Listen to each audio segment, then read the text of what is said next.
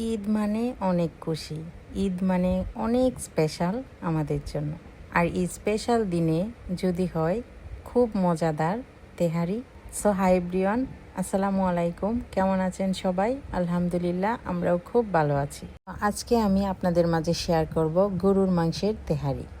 খুব মজাদার হয় খেতে পুরান ঢাকার গরুর মাংসের তেহারি। তো চলুন শুরু করা যাক ঈদ স্পেশাল গরুর মাংসের তেহারি। তো এইখানে আমি তেহারি রান্না করার জন্য গরুর মাংস 1 কেজির মতো নিয়েছি, একদম সলিড মাংসটা নিয়েছি। আর নিয়েছি বড় সাইজের আলু। তেহারি মানেই হচ্ছে আলু, আলু ছাড়া তো একদমই চলবে না। তো কয়েকটা আলু নিয়ে নিয়েছি। আর এইখানে নিয়ে নিয়েছি চিনির গুঁড়া, পোলার চাল। এইখানে আমি অন্যান্য সব উপকরণ নিয়ে নিয়েছি। তো এইখানে নিয়েছি জয়ত্রী, জয়ফল, স্টার এলাচ, গোলমরিচ আর পোস্তদানা। তো তারপর আমি এখানে রান্নাটা আরও টেস্টি করার জন্য কিছু বাদাম নিয়ে নিয়েছি। এটা অপশনাল, আপনাদের হাতের কাছে থাকলে দিবেন, না হয় নাও দিতে পারেন। তো এখন আমি এই সবগুলো উপকরণ একসাথে করে তারপর ব্লেন্ডার করে নেব। তো তারপর আমি এখানে সব গুঁড়া মশলা একসাথে নিয়ে নেব। তো প্রথমেই নিয়ে নিলাম লাল মরিচের গুঁড়া, তারপর নিয়ে নিব হলুদের গুঁড়া, তো তারপর নিয়ে নিলাম ধনিয়ার গুঁড়া, তারপর দিয়ে দিব জিরার গুঁড়া, তারপর দিয়ে দিলাম আদা বাটা, আর এখন দিয়ে দিলাম স্বাদ মতো লবণ। তো তারপর সব শেষে দিয়ে দিব তেহারির মশলা। এই প্যাকেটটা বাজারে কিনতে পাওয়া যায়, তো আপনারা চাইলেই যে কোনো দোকানে পেয়ে যাবেন তেহারি মশলা। তো এর থেকে আমি অর্ধেকটা দিয়ে দিব তেহারির মশলা। গুঁড়া মশলা সব কিছু দেওয়া ডান। তো এখন আমি অনেকটা টক দই নিয়ে নিব, আর টক দইটা ফেটিয়ে নিয়েছি। তো তারপর ব্লেন্ডার করা যে মশলাটা ছিল, তো ওইটা আমি গরুর মাংসের মধ্যে দিয়ে দিব। তো তারপর এখানে দিয়ে দিব সব ধরনের মশলা, আর এগুলো দেওয়ার পরে দিয়ে দিব ফেটানো টক দই। তো সবগুলো উপকরণ একসাথে দিয়ে তারপর হাতে খুব ভালোভাবে মাখিয়ে নেব। আর মাখানো হয়ে এলে একটা ঢাকনা দিয়ে কিছুক্ষণ রেখে দেব রেস্টে। তো তারপর আমি চলে যাব রান্নায়। চুলায় একটা ফ্যান বসিয়ে দিলাম, আর গরম হয়ে এলে দিয়ে দিলাম তেল। তেলটা গরম হয়ে এলে এতে দিয়ে দিলাম পেঁয়াজ কুচি আর রসুন কুচি। তো পেঁয়াজ কুচি, রসুন কুচি দিয়ে একটু নাড়াচাড়া করার পর এখানে দিয়ে দিলাম তেজপাতা, দারচিনি আর এলাচ। তো তারপর পেঁয়াজগুলো ব্রাউন কালার হয়ে এলে তারপর এখানে দিয়ে দিব রেস্টে রাখা আগে থেকে সব ধরনের মশলা দিয়ে মাখিয়ে রাখা যে মাংসটা, তো ওইটা দিয়ে দিব।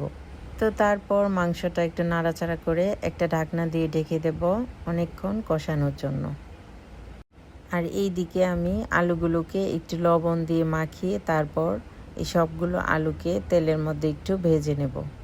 আর এই দিকে ঢাকনা খুলে দেখলাম মাংসটা অনেকটা পানি ছেড়ে দিয়েছে।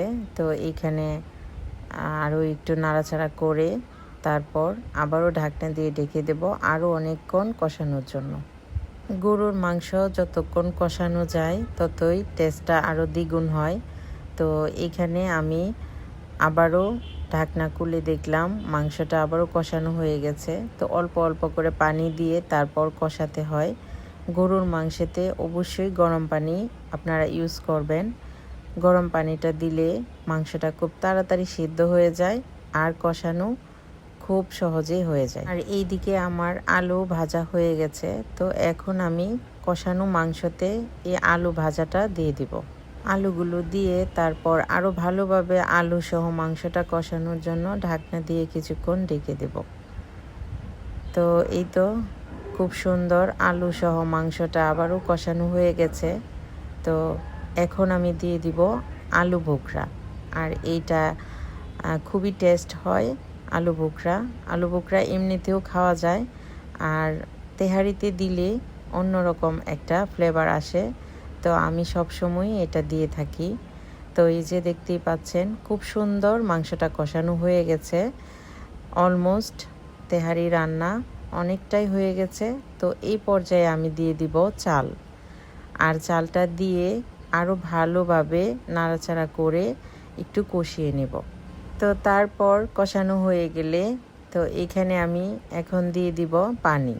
আর আপনারা অবশ্যই গরম পানিটা ইউজ করবেন, কারণ গরম পানিটা দিলে খুব অল্পতেই চালটা সিদ্ধ হয়ে যাবে আর তেহারিটা একদম পারফেক্ট হবে। তো তারপর পানি দেওয়ার পরে এখানে দিয়ে দিব আস্ত কাঁচামরিচ। তো তারপর ঢাকনা দিয়ে ঢেকে দেব কিছুক্ষণ। তো কিছুক্ষণ পর ঢাকনা খুলে তো এইখানে দিয়ে দিব তরল দুধ। তো তারপর দুধটা দেওয়ার পরে একটু নাড়াচাড়া করে তারপর আবারও ঢাকনা দিয়ে ঢেকে দেব চালটা সিদ্ধ হওয়ার জন্য। আর চুলার আঁচটা একদম কমিয়ে দিতে হবে। তো তারপর কিছুক্ষণ পরে ঢাকনা খুলে দেখলাম মোটামুটি চালটা সিদ্ধ হয়ে গেছে। তো এই পর্যায়ে আমি একটু নাড়াচাড়া করে নেব। তো তারপর এখানে দিয়ে দিব ঘি। আর ঘিটা তো না দিলেই না, কারণ ঘিয়ে অন্যরকম একটা স্বাদ বাড়িয়ে দেয়। তো ঘি দেওয়ার পরে আমি আবারও ঢাকনা দিয়ে ঢেকে দেব, একদম দমে বসিয়ে দিব। তো তারপর কিছুক্ষণ পর ঢাকনা খুলে দেখলাম খুব সুন্দর আমার তেহারি রান্না কমপ্লিট হয়ে গেছে। তো এই যে দেখতেই পাচ্ছেন খুব সুন্দর তেহারি রান্না শেষ, আর ঘ্রাণটাও খুব ভালো আসছে। আলুটা একদম সিদ্ধ হয়ে গেছে খুব সুন্দর, আর মাংসটাও খুব দারুণ সিদ্ধ হয়েছে।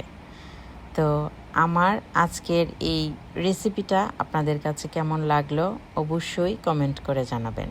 ঈদের দিনে দুপুরবেলায় স্পেশাল রান্না হিসাবে গরুর মাংসের এই তেহারি রেসিপিটা রাখতে পারেন। তো প্রিয় ভিউয়ার্সরা, আপনাদের সবার ঈদ হোক খুব আনন্দময়।